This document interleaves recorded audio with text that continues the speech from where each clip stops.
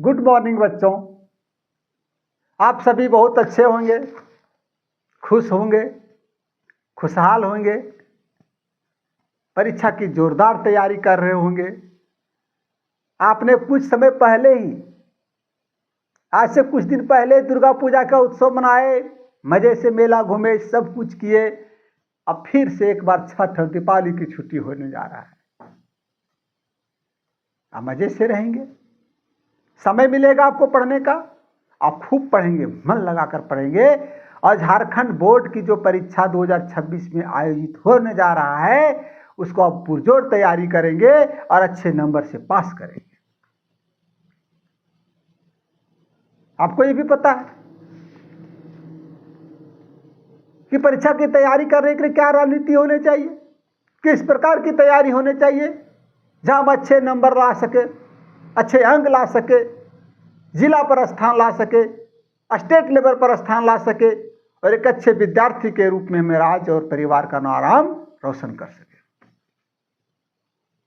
बच्चों, हम वीडियो बना रहे हैं, आपको बतला रहे हैं, आपका भी कर्तव्य है कि हम अपनी इतनी ऊर्जा लगा रहे हैं।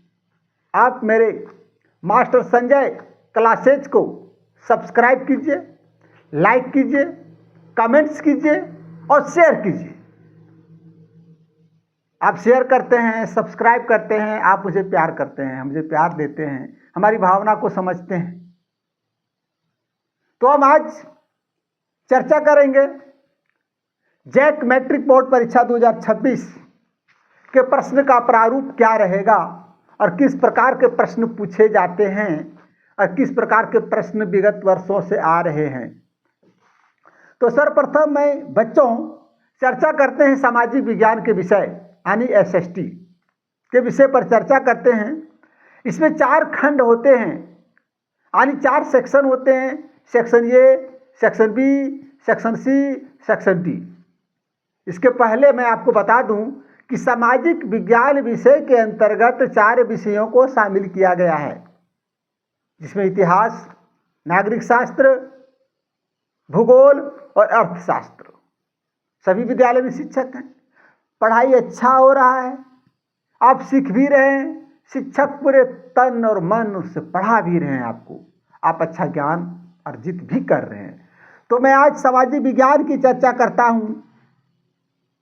सामाजिक विज्ञान के अंतर्गत 4 विषय शामिल हैं और 4 विषय में से आपको 80 नंबर की परीक्षा सेंटर यानी एग्जाम सेंटर पर देना होता है, 80 नंबर की। और सामाजिक विज्ञान में चारों पुस्तक से प्रश्न आते हैं, 4 विषयों से प्रश्न आते हैं, जिसमें कुल प्रश्नों की संख्या ऑब्जेक्टिव सेक्शन ये में होते हैं 30 प्रश्न होते हैं। आप उन सभी 30 प्रश्नों का जवाब दीजिए, आपको 30 नंबर मिलेंगे। प्रत्येक प्रश्न का मान यानी अंक 1 है ऑब्जेक्टिव में। आप यदि 30 प्रश्न का सटीक उत्तर देते हैं तो आपको 30 अंक प्राप्त होंगे। यदि आप कुछ प्रश्न को गलत करते हैं तो आपको 30 नंबर में कटौती होगा। अब हम देखते हैं सेक्शन बी। सेक्शन बी में प्रश्न का प्रारूप बदल जाता है। यहाँ आपके मल्टीपल चॉइस प्रश्न यानी वस्तुनिष्ठ प्रश्न यानी बहुविकल्पीय प्रश्न नहीं होंगे, जैसा सेक्शन ए में था। वहाँ 30 प्रश्न थे, प्रत्येक प्रश्न के एक प्रश्न के 4 विकल्प थे, ए बी सी डी।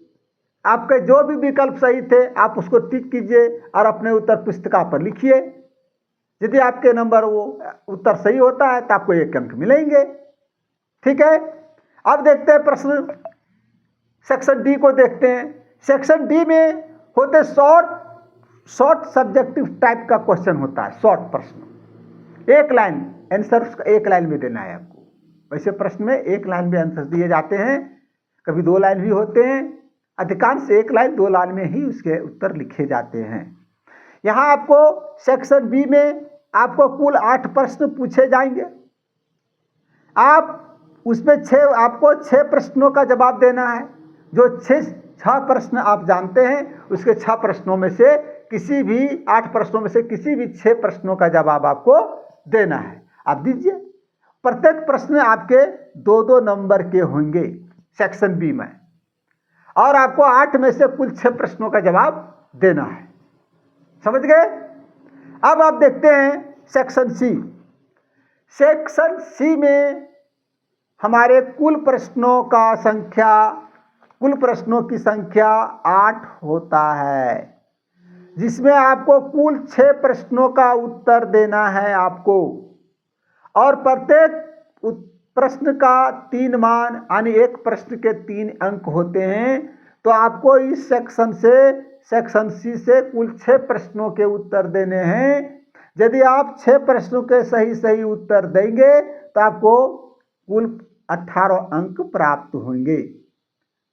लेकिन आपको 3 नंबर के प्रश्न में 3 नंबर लाने के लिए इसमें परीक्षार्थी को 150 शब्दों में उत्तर देना होगा। प्रत्येक प्रश्न का 150 शब्दों में उत्तर देना होगा। आप सटीक और सही उत्तर देंगे तो आपको 3 अंक मिलेंगे। यदि आप संतोषजनक उत्तर नहीं देंगे तो आपके प्रश्न में क्या सटीक जवाब नहीं रहने पर आपके नंबर की कटौती किया जा सकता है। अब सेक्शन डी की चर्चा करते हैं। सेक्शन डी ऐसा सेक्शन है जो कठिन प्रश्न होते हैं, लॉन्ग टाइप के प्रश्न होते हैं, विश्लेषणात्मक प्रश्न होते हैं। इसके प्रश्नों के जवाब आपको 600 शब्दों में, 700 शब्दों में, 500 शब्दों में, जिस प्रकार से प्रश्न आते हैं आपको उत्तर लिखना चाहिए। अब सेक्शन डी में हम देखते हैं कि सेक्शन डी में कुल 6 प्रश्न पूछे जाते हैं, जिसमें आपको 4 प्रश्न के जवाब देने हैं, और प्रत्येक प्रश्न के 5 अंक निर्धारित किए गए हैं। आप एक प्रश्न का जवाब देते हैं, सटीक उत्तर सही उत्तर लिखते हैं तो आपको 5 पे 5 अंक मिलेंगे। आप उससे कमजोर लिखते हैं, 1 नंबर की कटौती हो सकता है। आप और कमजोर लिखेंगे तो और नंबर की कटौती हो सकता है। इसलिए आपको करना क्या है कि सभी प्रश्नों को अच्छे से लिखें और पूरा नंबर आप प्राप्त करें। बच्चों, आप ये रणनीति बता दिए। प्रारूप क्या होता है? सामाजिक विज्ञान के परीक्षा का प्रारूप क्या होता है? प्रश्न पत्र का प्रारूप क्या होता है? आपने देखा होगा विगत वर्ष जितने भी सामाजिक विज्ञान के परीक्षा हुए हैं मैट्रिक बोर्ड में, सामाजिक विज्ञान के प्रश्न पत्र का कठिन स्तर होता है। ऐसे प्रश्न आते हैं कि आपका दिमाग परीक्षा हॉल में चकरा जाएगा। इसलिए आपको तैयारी करना है बच्चों, अच्छे से तैयारी करना है। सामाजिक विज्ञान के चारों पुस्तकों को अच्छे से पढ़ना है, एक एक लाइन को पढ़ जाना है। जब आप एक एक लाइन को पढ़ेंगे तो क्या होगा, आपके एक एक ऑब्जेक्टिव प्रश्न जो हैं, आपके वस्तुनिष्ठ प्रश्न जो हैं, 1 नंबर वाले जो प्रश्न हैं, आप उसके सच्चे अच्छे ढंग से उसका आप हल कर सकते हैं।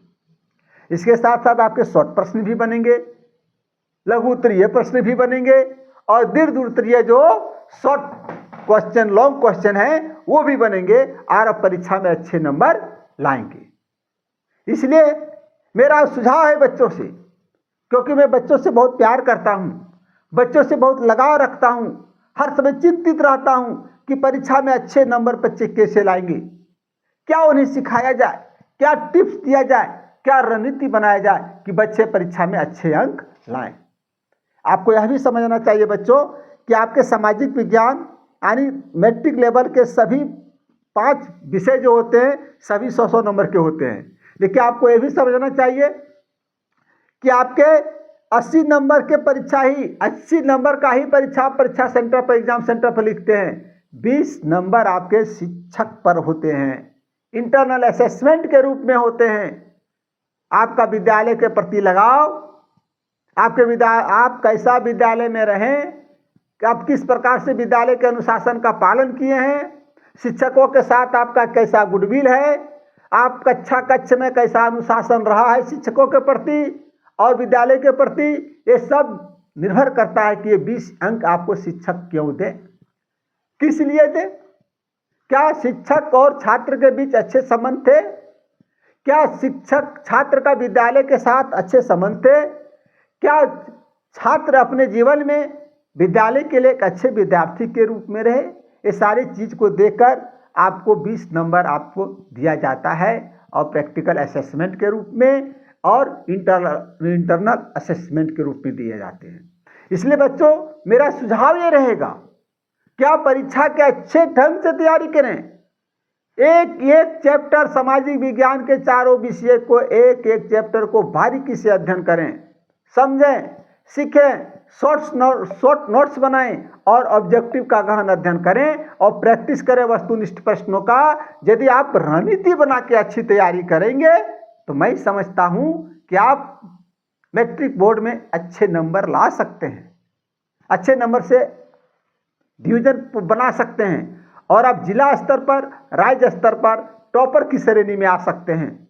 एक सबसे अच्छी बात है कि यदि आप जिला स्तर पर टॉप करते हैं तो आपको सिर्फ सिंपल पुरस्कार दिए जाएंगे, लेकिन यदि आप बच्चों राज्य स्तर पर टॉप करते हैं तो आपको गिफ्ट के रूप में बहुत चीज़ दिए जाते हैं, कंप्यूटर दिए जाते हैं, स्कूटी दिए जाते हैं, यानी और आपको मुख्यमंत्री के हाथों से सम्मानित किया जाता है।